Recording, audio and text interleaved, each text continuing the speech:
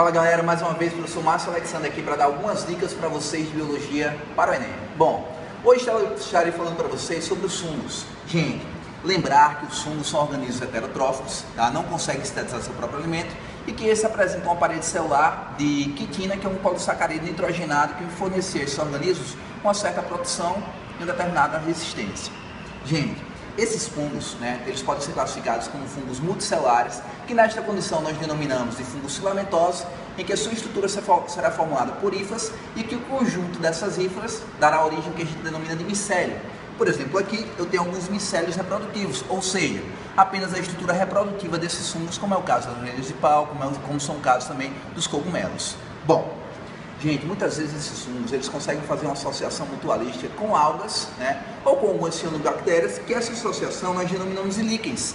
Perceba, gente, que esses líquens, por ser uma associação mutualística, ou seja, de caráter obrigatório, os fungos estarão cedendo para essas algas, por exemplo, uma determinada umidade e alguns minerais.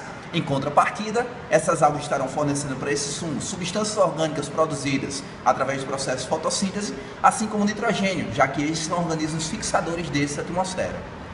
Pessoal, os fungos, quando na condição de unicelular, ou seja, de leveduras, como por exemplo aqui, essas leveduras, gente, elas são largamente utilizadas na biotecnologia, como por exemplo na fabricação de estruturas, utilizadas na culinária, como é o caso do pão, ou mesmo, gente, no biocombustível.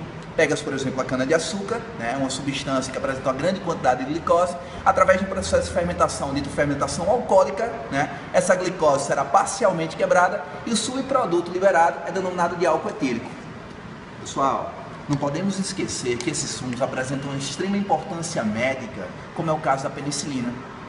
Esses fungos, gente, fazem uma relação também uma relação chamada de antibiose, certo? Que é uma relação que esses fungos estarão liberando substâncias tóxicas no ambiente, que essas substâncias promoverão uma interferência no desenvolvimento de outros.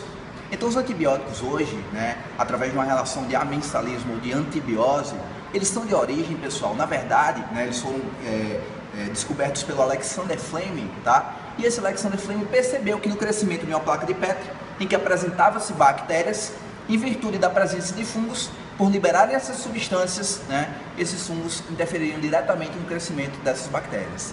Galera, fique com Deus, abraço a todos, muito sucesso, até a próxima, valeu gente, tchau, tchau.